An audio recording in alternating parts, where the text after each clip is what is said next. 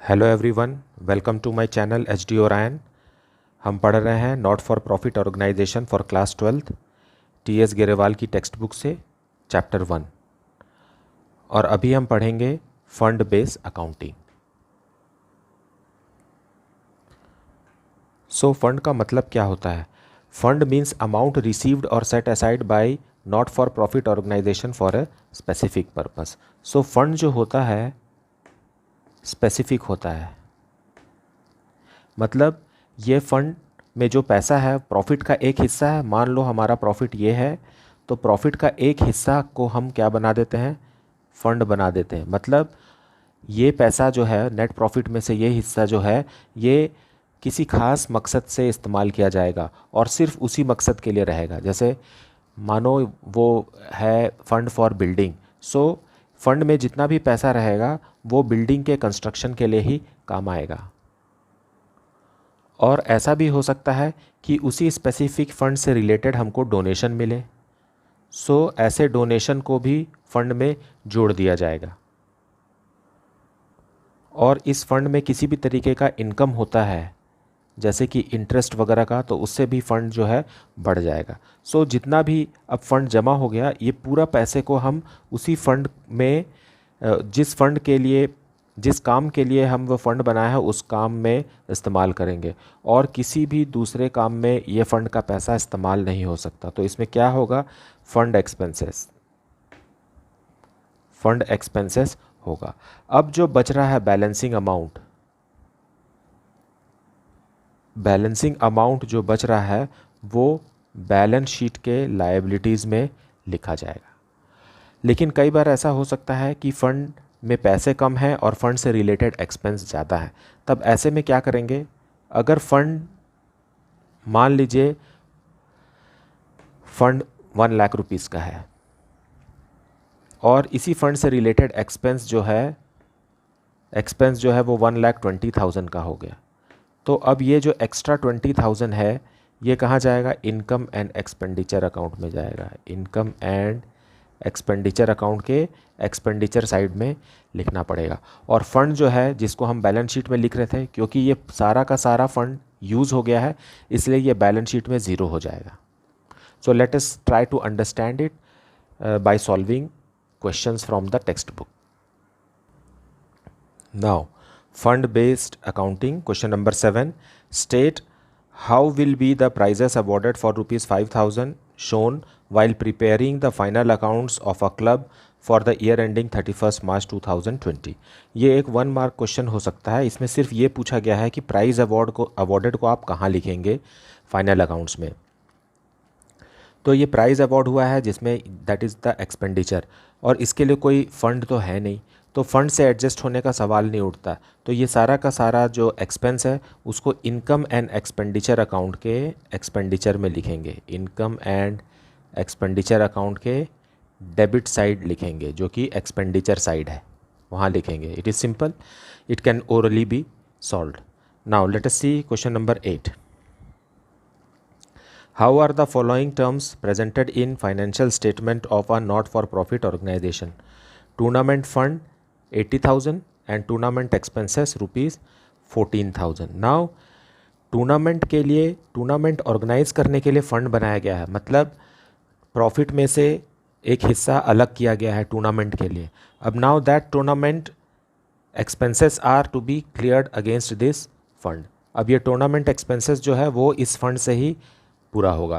तो रुपीज़ 80,000 में से रुपीज़ 14,000 माइनस कर देंगे और बाकी जो बचेगा 66,000 that will be shown on the liability side of balance sheet. So let us see it how. So solution 8 in the books of a club balance sheet, क्योंकि टूर्नामेंट फंड है तो tournament fund will be shown in the balance sheet. So here we will write on the liability side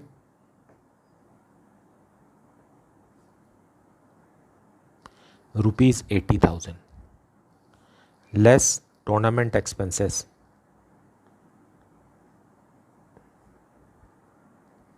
क्योंकि ये tournament के लिए ही fund बना है तो इसलिए टूर्नामेंट का एक्सपेंसेस को हम इससे एडजस्ट करेंगे। और जो बाकी अमाउंट बच रहा है 66,000 वो आउटर कॉलम में आएगा। नाउ यही इसका सॉल्यूशन है और ये बैलेंस शीट एक्सट्रैक्ट है। ये पूरा का पूरा बैलेंस शीट नहीं है, बैलेंस शीट के एक आइटम को हमको कैसे दिखाना है बस ये पूछा गया है, तो इसको बैलेंस शीट एक्सट्रैक्ट के नाम से ऐसे शो करना। Now let us move on to question number 9। So question number 9, how are the following items shown in the final accounts of a not for profit organisation? Tournament fund ₹50,000, tournament expenses ₹15,000 and receipt from sale of tournament tickets ₹20,000। अब तीनों ही item जो है वो एक चीज़ से related है जो कि है tournament fund, tournament expenses, tournament ticket. So let us see how to put it in the final accounts. So solution 9, in the books of an NPO that is not for profit organization, balance sheet extract, क्योंकि हम balance sheet का एक item को ही discuss कर रहे हैं, complete balance sheet discuss नहीं कर रहे हैं, इसलिए उसे एक्सट्रैक्ट कहेंगे। As on date is not given in the question. Now tournament fund जो किसी भी तरीके का फंड जो होता है वो लाइबिलिटी होता है, सो इधर ही लिखेंगे इसे लाइबिलिटी साइड। Tournament fund 50,000। अब फंड इंक्रीज होगा अगर टूर्नामेंट से रिलेटेड कोई भी इनकम होता है, तो ये टूर्नामेंट फंड जो है इंक्रीज होगा। तो इसमें क्या है, सेल ऑफ टिकट्स है, सो इसमें प्लस करेंगे sale of tickets. It is sale of tickets जो है वो 20,000 है। अब टोटल अमाउंट अवेलेबल हो गया 70,000। आउट ऑफ दिस 70,000 में से हम टूर्नामेंट एक्सपेंसेस माइनस कर देंगे। Tournament expenses are ₹15,000। सो बच कितना गया, 55,000 will be shown in the outer column. So कोई भी फंड हो उससे रिलेटेड अगर कोई इनकम जनरेट हो रहा है तो वो उसमें ऐड करना है, और उसी फंड से रिलेटेड अगर कोई एक्सपेंस है तो उसे माइनस करना है, और बची हुई रकम को बाहर कॉलम में लिखना है। Let us see question number 10। Question number 10, how are the following dealt with in the final accounts of a not for profit organisation? यहाँ दो केसेस दिए हुए हैं, केस 1 एंड केस 2। केस 1 में दिया हुआ है प्राइस फंड, क्रेडिट में दिया हुआ है, क्रेडिट में दिया है मतलब ये लायबिलिटी है, वैसे भी फंड लायबिलिटी ही होता है, उसे क्रेडिट में ही शो करना है। और प्राइजेस अवॉर्डेड जो डेबिट में दिया है मतलब ये एक्सपेंस है, सो डेबिट ऑल एक्सपेंसेस ये हम जानते हैं, इसलिए वो डेबिट में शो हुआ है। मैच एक्सपेंस भी एक एक्सपेंस है, इसलिए इसे भी डेबिट में शो किया है, क्योंकि ये दोनों डेबिट बैलेंस ही शो करेंगे, और फंड जो है वो हमेशा क्रेडिट बैलेंस ही शो करेगा। लेकिन इस फंड में इन दोनों एक्सपेंसेस में से कौन सा एक्सपेंस एडजस्ट हो सकता है, वो है prize fund will go with prize awarded. So ये दोनों आपस में माइनस हो जाएंगे बैलेंस शीट में। लेकिन मैच एक्सपेंस जो है इसके लिए कोई फंड नहीं है, इसलिए ये इनकम एंड एक्सपेंडिचर अकाउंट के एक्सपेंडिचर साइड में इसे डालना पड़ेगा। उसी तरीके से केस 2, मैच फंड क्रेडिट में दिया हुआ है 1 लाख रुपीज़ और मैच एक्सपेंस ₹35,000। सो ये दोनों आपस में एडजस्ट हो सकते हैं बैलेंस शीट में ही। बचा हुआ जो है 65,000 that can be shown on the liability side in the balance sheet. अब दूसरा फंड है इन्वेस्टमेंट ऑफ मैच फंड, ये 60,000 रुपीज़ का है, और interest on match fund investment. So इसी फंड से रिलेटेड हमें 3,000 रुपीज़ का इंटरेस्ट मिला है। और लास्टली है प्राइज अवॉर्डेड, इसके लिए कोई फंड नहीं है, ये तो इनकम और एक्सपेंडिचर अकाउंट के एक्सपेंडिचर में ही जाएगा। So solution 10, in the books of an NPO balance sheet date is not given. So case 1, सबसे पहले अपन केस 1 बनाएंगे। केस 1, इसमें प्राइस फंड दिया है, प्राइस फंड इज़ फॉर ₹50,000, और प्राइस से ही रिलेटेड एक्सपेंस भी दिया हुआ है, सो प्राइस अवॉर्डेड। ये इसी फंड से पैसा यूज़ होगा 12,000, so it will B how much, 38,000 remaining. Match expense जो है, मैच एक्सपेंस इस फंड से नहीं एडजस्ट किया जा सकता, क्योंकि ये फंड सिर्फ प्राइस के लिए है। Match is a different thing. So match expense को कहाँ लिखेंगे हम? इनकम और एक्सपेंडिचर अकाउंट के एक्सपेंडिचर साइड में लिखेंगे। सो ये है income and expenditure account for the year ended, date is not given. ये भी एक्सट्रैक्ट है क्योंकि हम एक दो आइटम को ही इसमें शो करने वाले। अब केस 1 में मैच एक्सपेंसेस दिया है जिसके लिए कोई भी फंड नहीं है, तो एक्सपेंडिचर के साइड में लिखेंगे to match expense,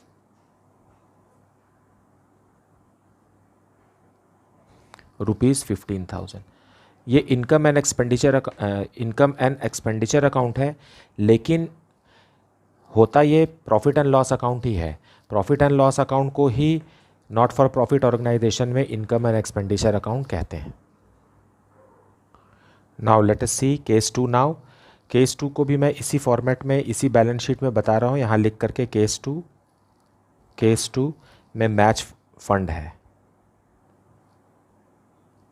match fund 1 lakh rupees का है, लेकिन मैच एक्सपेंस जो है, match expenses are for ₹35,000। So here grand total is, इन दोनों को ट्रीट करेंगे तो आएगा 65,000 प्लस इसमें interest received on match fund को हम ऐड करेंगे, plus interest received is how much? 3,000। So outer column में कितना जाएगा? आउटर कॉलम में जाएगा 68,000। क्यों इंटरेस्ट को जोड़ दिए? क्योंकि यही मैच फंड है जिसको बाज़ार में इन्वेस्ट किया गया है। और आप क्वेश्चन में देखेंगे तो क्या लिखा हुआ है? Investment of match fund 60,000। So investment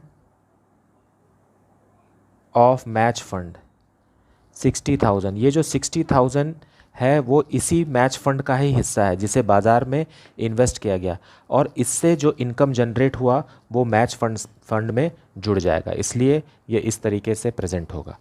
लेकिन प्राइज़ अवॉर्डेड जो लिखा हुआ है केस 2 में, क्योंकि ये मैच फंड है, मैच फंड के पैसे को प्राइज़ अवॉर्डेड के साथ एडजस्ट नहीं किया जा सकता, इसलिए उसे इनकम और एक्सपेंडिचर अकाउंट में शो करना है। नाउ केस 2 प्राइज अवॉर्डेड,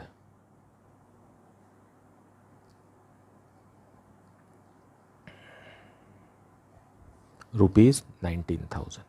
ये इस तरीके से शो होगा। Now let us move on to next question.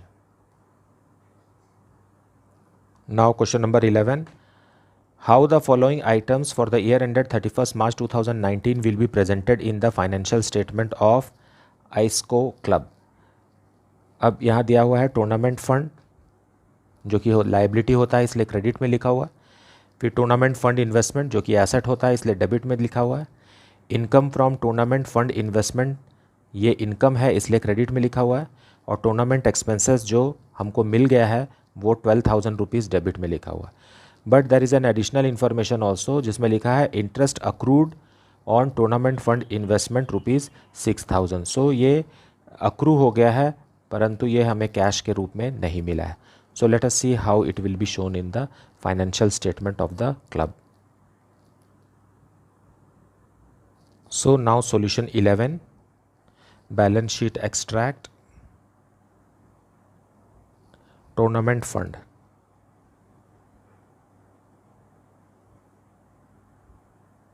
Tournament fund credit balance है, लाइबिलिटी है, और उस फंड में 1,50,000 है। लेकिन हमने इस टूर्नामेंट फंड को बाज़ार में इन्वेस्ट भी किया है, तो वो एसेट होना चाहिए। टूर्नामेंट फंड इन्वेस्टमेंट 1,50,000 को, पूरा का पूरा फंड के अमाउंट को बाज़ार में इन्वेस्ट कर दिया गया। अब इससे जनरेटेड इनकम जो होगा वो टूर्नामेंट फंड को बढ़ाएगा। सो इसमें ऐड करेंगे plus income from tournament fund investment, income from tournament fund investment, यही है tournament fund investment, that is 18,000 जो मिल चुका है। लेकिन एक और इनकम है जो एडिशनल इन्फॉर्मेशन में दिया है, वो इनकम जनरेट तो हो गया है लेकिन कैश में रिसीव नहीं हुआ है। सो ये भी ऐड हो जाएगा, accrued income.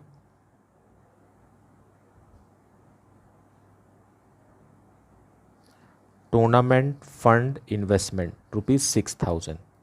So total amount कितना हो जाएगा, 18 + 6 = 24, 1,74,000 हो गया अब टूर्नामेंट फंड में।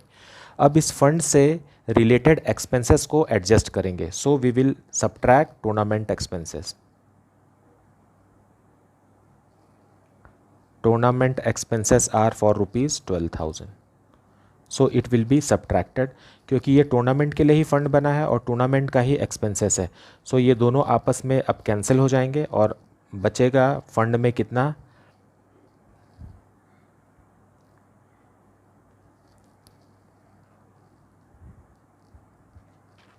1,62,000. So that is the solution. Accrued interest can also be shown on the asset side, that is 6,000, क्योंकि ये accrued है, ये मिला नहीं है, इसलिए ये asset है. Now that is the solution. Now let us see question number 12 now. How will be the following items dealt while preparing the final accounts of a club for the year ending 31st March 2020? Prize fund 1 lakh, 10% prize fund investment on 1st April 2019 rupees 1 lakh, donation for prizes received during the year rupees 15,000, prizes awarded during the year is 17,500, and interest received on 10% prize fund investment is rupees 4,500. So let us see. So solution 12, prize fund, ये liability ही होता है, prize fund rupees 1 lakh, और prize fund investment भी है, so वो asset होता है.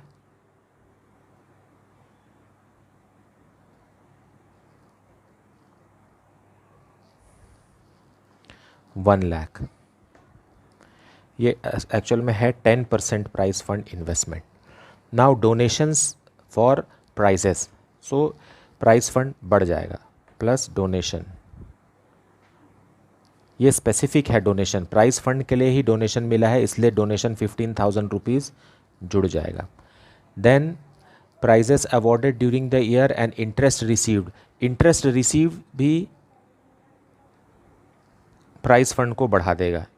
Interest on prize fund investment, how much we have received, we have received 4,500, but that is not all, क्योंकि ये प्राइज फंड इन्वेस्टमेंट तो साल के शुरू में ही कर दिया गया था, तो इंटरेस्ट कितना मिलना चाहिए था, इस पर इंटरेस्ट मिलना चाहिए था 1 लाख का 10%, that is equal to 10,000. Out of this 10,000, 4,500 we have already received in cash, so 4,500. सो बच कितना गया, बच गया 5,500. So this is known as accrued interest. Accrued interest on prize fund investment 5,500, ये भी यहाँ जुड़ेगा, अक्रूड इंटरेस्ट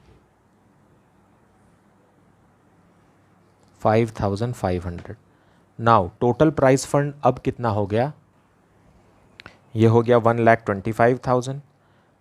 अब इस पैसे को ही प्राइज फंड के लिए यूज़ करेंगे. So less prices awarded 17,500. अब इतना पैसा यूज़ होने के बाद अब फंड में कितना बच गया, 1,07,500 रुपीज़ बच गया. So that is the solution. I hope that you are understanding the concept of the chapter very well. अगर कुछ भी डाउट है तो आप उसे कमेंट सेक्शन में ज़रूर पूछिए. Please like, subscribe and share the channel. Thank you so much for watching.